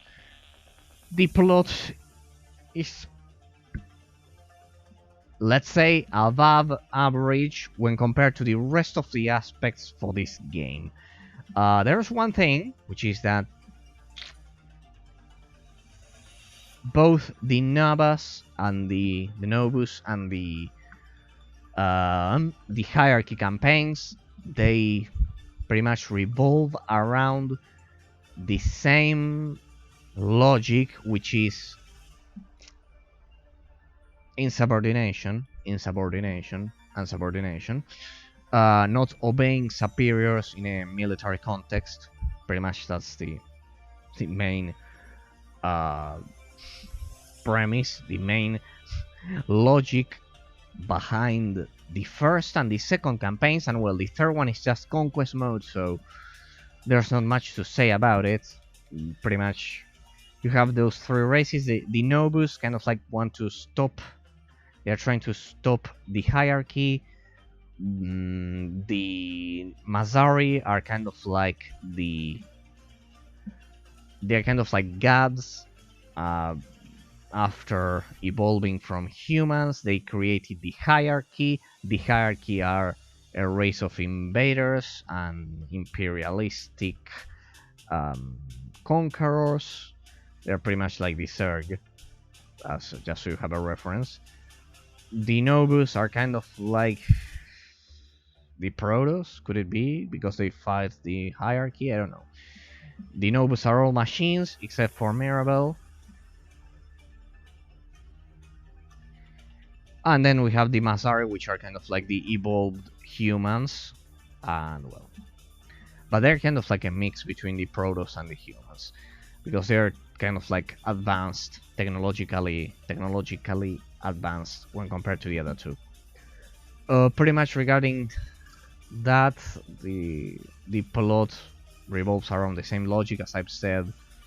During the second campaign, you actually control Orlok, and he kind of like starts a revolution out of nowhere, because the superiors, there are a lot of plot holes. If you've been watching the series, I've mentioned that you never get to see the superiors of Kamal Rex, the little alien we just beat. and Orlok, who is the protagonist of the second campaign, and he gets betrayed and he gets killed by Kamal Rex and betrayed by his commander. And well, they pretty much want to prove that they all betray each other and they always obey their superiors. But the thing is that the superiors to Kamal Rex are the ones who send these two guys, Orlok and Kamal Rex, to the Earth to conquer it. So my question is, where are the superiors? I mean, if I send two guys to conquer a planet and they kill each other, my two best commanders, they end up killing each other, and one starts a revolution and then gets betrayed. If I were the superiors as they call them, in a military context, they would both get killed. Kamal Rex as well as Orlok. I mean, I sent two guys to conquer a planet, in this case the Earth, and then they end up killing each other. That's the huge plan. Well, you can see that the logic behind the plot is flawed, and it has a lot of plot holes. Terrible, absolutely terrible. The soundtrack is not memorable at all. Don't expect the terrain theme from StarCraft at all. And well, what else? The ambience, well, yes, the ambience is the Earth, pretty much where you fight all of the battles. Pretty much there are not many differences between the terrain. You fight kind of like at Egypt or those things, but everything very shallow regarding the terrain and the ambience and the soundtrack. Of course, they don't have the soundtrack for Empire at War, and it's clearly noticed. For Empire at War, they had the license for all of the Star Wars tracks, so they had no issues. Clearly, this game suffers from not having the Star Wars license. They thought it would be the same, and no, it's not the same way. While the designs for the units, I can say they are original. The soundtrack, the ambience, they're not. They're not. Just the designs for the units. And well, regarding the Novus campaign, instead of betraying the other commander, simply it's kind of like questioning if a machine should have its own will. But once again, it's pretty much helping the humans and pretty much defying authority in a military context.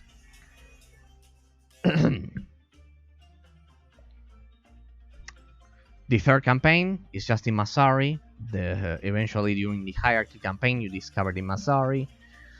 Orlok tries to ally himself with the protagonist for the hierarchy campaign. He tries to have an ally in Sisus,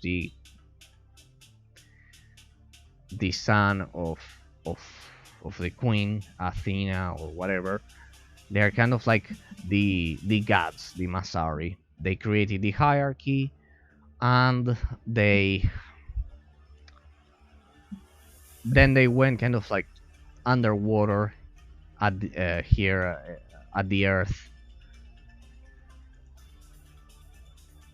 to kind of like watch the humans evolve from an underdeveloped race to fully evolved, while they were hiding under the water, like Aquaman. Yeah, indeed. So nothing revolutionary about that.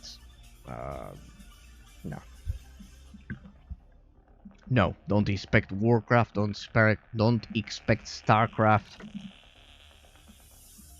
don't expect Armies of Exego, don't expect Empire at War, don't expect Dungeons and Dragons Dragon Shard, don't expect Dawn of War, the kings of the RTS genre. No. I also didn't like the plot and how the logic behind the plot worked. Last but not least, also the soundtrack was terrible. The innovation, the innovation is also a strong point, so we have a mixed bag here, because let's get to the important part. The races are absolutely asymmetrical. I've already mentioned this.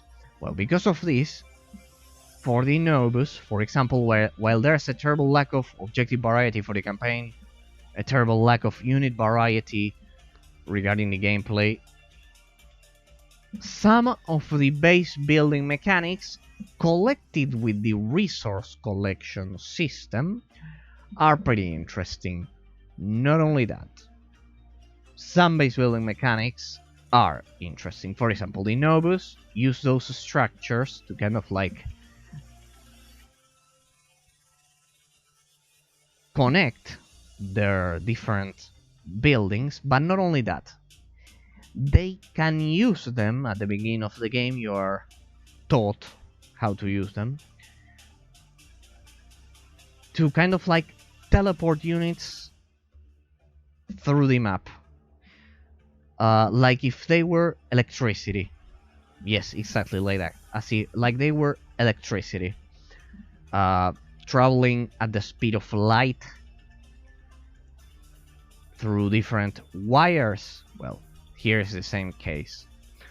You can create those structures, and your units can not teleport, but travel at incredibly fast rates and get to any point on the battlefield. You also have super weapons, which are unique to their races, if I'm not mistaken. And pretty much the resource collection systems are very unique. For example, the hierarchy race can collect resources from different materials that you can stumble upon, that you can encounter lying around on the battlefield. But they can also harvest resources from destroyed mechanical units as well as biological units if they attack them, because the hierarchy, the worker unit is kind of like separated from the harvesting unit. It's difficult to explain if you haven't been following the series, but if you have, you know what I'm talking about. So the Nobus, they can travel between incredibly long distances if you create this structure I'm talking about, which is the main structure. Think of the pylons. Well, imagine the pylons in StarCraft. You could travel between them instead of simply teleporting the units as the Protoss can do. They're so cool. No, here they travel between those as if they were electricity, the units. You can check out the first stream we did, the first and the second stream, and you'll realize it, in case that piqued your interest, your attention. Alright, and the hierarchy, well, the hierarchy, they produce units with those walkers you just saw. That's why that race is so weak. Because if you destroy the walker, you destroy the unit production building. Except for the basic unit, which can be produced at the base, which are the grunts. But during the hierarchy campaign, I didn't even get to produce the tanks. So, well, terrible. The structure for the campaign was so bad that I could never get to produce the tanks because you had to go for a second walker. And pretty terrible, pretty terrible. They have healers. They have healers according to the mode they use. And regarding the Masari, they have two modes, the light mode and the dark mode. That was a pretty revolutionary idea they had. Kind of like giving a switch to a race, and if you simply press Q, they will go from dark mode to light mode and the other way around. But the thing is, they don't add any difference to the gameplay. They don't add any difference to the gameplay. You will always use light mode because it deals a lot of damage and it has extended range.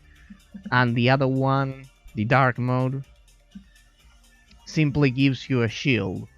It gives you a shield, but it makes your attacks weaker. And flying units are grounded, so you have no flying units. And you get killed pretty easily. So what's the point of including two modes, something so...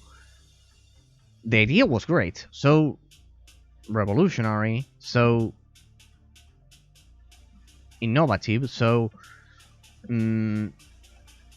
such a great degree of ingenuity, such a good feature, because each race has a good feature. As I've said, the teleportation, let's say, it's not teleportation, it's, let's say, lightning fast travel for the Nobus, the walkers for the hierarchy, and the switch for the Masari. What's the point of including all of those if they are not going to impact the gameplay properly and meaningful and in any meaningful way? What's the point of including all of those features if they are not going to impact the gameplay in any meaningful way? It's terrible. It's terrible.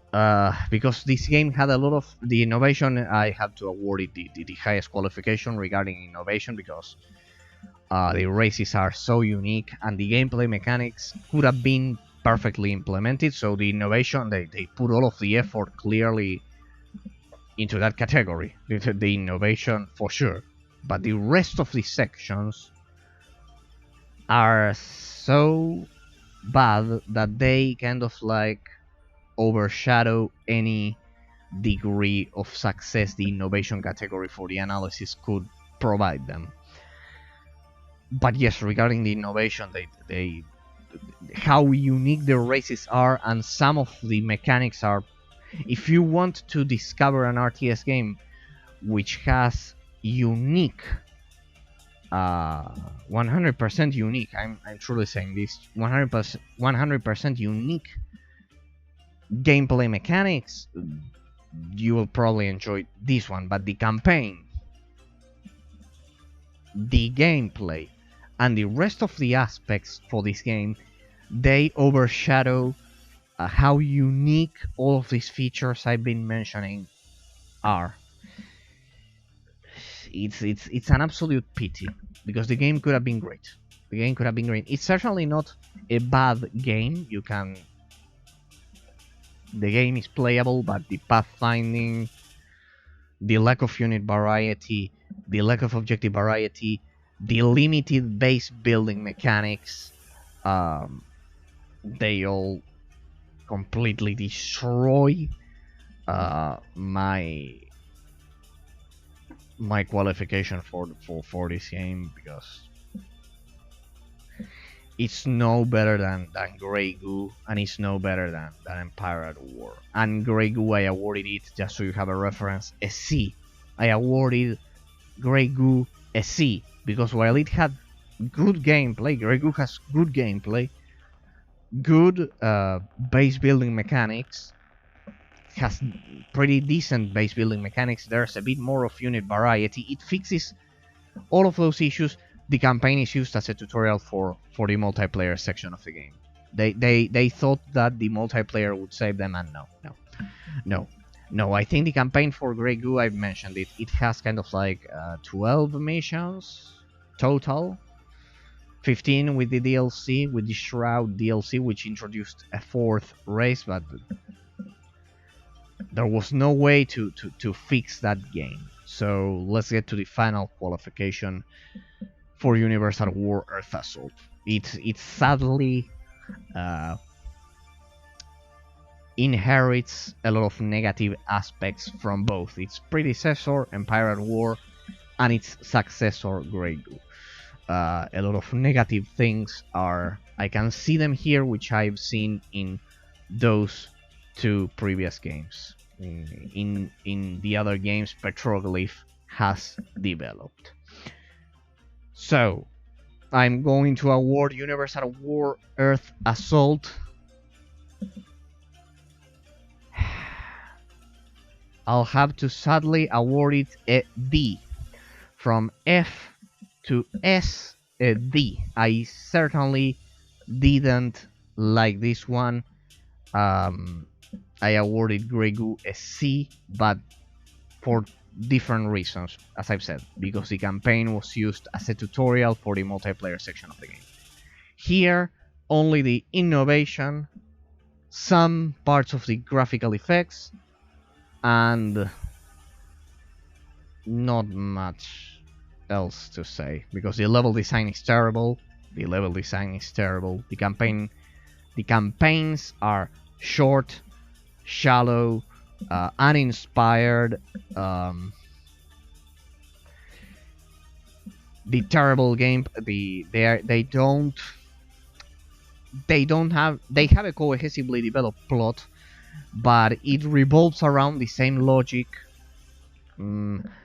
They don't give you enough context, as I've said, regarding the hierarchy campaign. And well, regarding the technical aspect, hard coding the animations at 30 FPS, just like Star Wars Empire at War, wasn't a good idea. The movements feel clunky. You won't be able to feel you're in control of your huge army, and well, the other several issues I've been mentioning regarding the balance between races and the gameplay mechanics, the pathfinding, they make this game not unplayable but difficult to enjoy, especially the missions for the hierarchy campaign. Well, clearly they created this game considering they created this game with the Conquest Mode in mind, nothing else. Just the Conquest Mode and probably the multiplayer, which is ultimately the downfall and the worst sin Petroglyph has ever done. They have the talent, make no mistake, Petroglyph has the talent, they proved it with Empire at War. They have the talent to create good characters, good gameplay mechanics, the case of Grey Goo, but they fail, except for Empire at War. Regarding the rest of the RTS games, they fail to understand that a good campaign should never be a tutorial for the Conquest Mode or the multiplayer mode. They fail to understand that, and that's a terrible mistake, the terrible mistake which has sunk the RTS genre in this desolated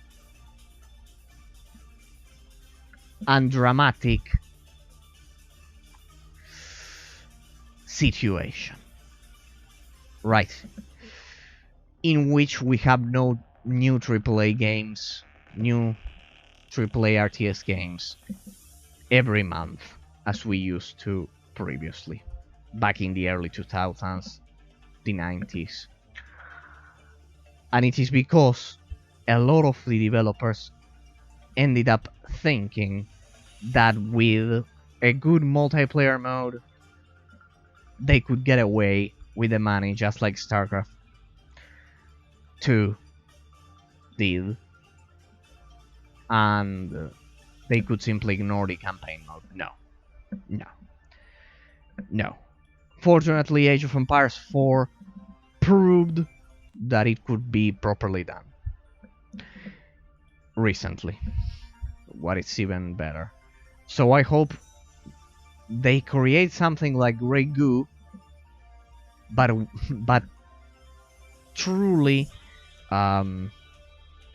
putting a lot of effort into the campaign. The campaign mode should be the main mode. In Age of Empires 4, it is, clearly. They went for 4 long campaigns, Not as long as StarCraft 2, let's say, but pretty respectable. But with a lot of objective variety, with a lot of unit variety, with with complex base building mechanics. And here we don't have this. It's a very backbone. It's a quite bare bones experiment, this Universal War Earth Assault. No, they clearly... I'm beginning to think Grey Goo is good compared to this one, but well, it's not the case because that one the campaign was used as a tutorial for the multiplayer section. So well, as a conclusion, D, no more than D. This game, I suggest you play either, if you like skirmish mode, Grey Goo, and if you like conquest mode, Star Wars Empire at War. And this one, if you want to try the conquest mode, well, it's similar to Empire at War, but worse because of all of the reasons I've been commenting. It's simply not as good as Empire at War. The pathfinding in Empire at War is better. It has better unit variety, while the civilizations aren't as unique as in this game, which is the only positive aspect. I think Empire at War is much more enjoyable, much more. Or even you could play the Command and Conquer remastered collection, Petroglyph released, which is a very good example, but that's a remaster, so it doesn't count as a new. As improving upon Grey Goo, they could go for Grey Goo too, but they need to Petroglyph. The guys over at Petroglyph need to understand that the campaign is an absolutely essential and the main mode for an RTS game, just as it would for any other game. Any other game except for online shooters and the piles of trash we get nowadays, but there are still, fortunately, the majority of the games that are praised, it's because they have a unique and epic, unforgettable, memorable single-player campaign. In fact, think of it this way: nowadays the open-world RPG games that are being released, they have no multiplayer for the most part. Think of something like The Witcher 3, The Legend of Zelda Breath of the Wild, and they are considered the best. And they have no multiplayer. They should, regarding Petroglyph and their RTS games, they just need a memorable campaign. The gameplay, they've already fixed it with Grey Goo, I assume. They just need a good campaign mode, and it will fix all of their problems. They need to create a campaign composed of 30 missions, 40 missions, 35, 40, as many missions as they can with good objective variety, just like Grey Goo, but extended, even but extended by a great margin, much longer than Grey Goo. Oh well, because Grey Goo also had those incredible lasers with the super units and all of those things. So well, it had everything Empire at War had. Also Universal War with these super units, the walkers, but well, they ruined it because the campaign was used as a tutorial for the multiplayer section. Well, this will probably... No, we still have to play Forged Battalion and 8-bit armies, but I will first play them on my own, because otherwise we won't be playing them if they are as bad as Grey Goo regarding the campaign mode. We won't be playing them. I'm going to explore them before showcasing them, but otherwise these are the... Yes, pretty much the two modern examples of RTS games Petroglyph has developed besides the two I mentioned, Grey Goo, which we analyzed already, and Universal War.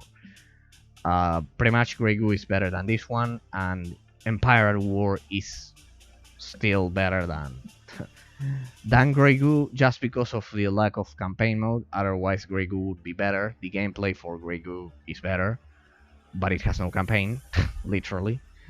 12 missions, it's an insult. Besides, they are used as a tutorial for the multiplayer, as I've said. So, yeah, that one doesn't count. But the gameplay mechanics for Grey Goo are good. The gameplay mechanics I have nothing to complain about. It's just the campaign mode. So, well, ladies and gentlemen, it's been my pleasure sharing this night of Universal War with all of you. I hoped the game would be better, but that's what we do here at Twitch. We analyze them, and if the game is bad, well, that's what we get. Just as I was super impressed. I was absolutely impressed by Age of Empires, by Age of Empires 4. I was pretty positively impressed. I was surprised.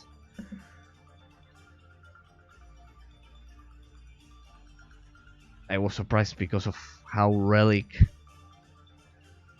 they improved and they learned from every mistake they did with Dawn of War 3. They learned in Age of Empires 4. Grey Goo, clearly Petroglyph, they didn't learn with Universal War or Grey Goo for that matter. It's just the opposite. But well, what are we gonna do?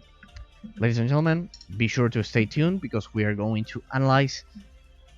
We'll get to the next analysis on Thursday if I can select the game, and we have plenty of material to analyze. I have a lot of good games that I want to showcase for all of you, and we are going to do so soon enough. And we are going to get to the next game soon enough. It's been my pleasure sharing this night of Universal War with all of you, and see you all next time. Once I pick the next underrated game that we are going to analyze. Ladies and gentlemen, I'm Eraser, and it's been my pleasure sharing this night with all of you. Now, for real, bye bye. Have a great night of game.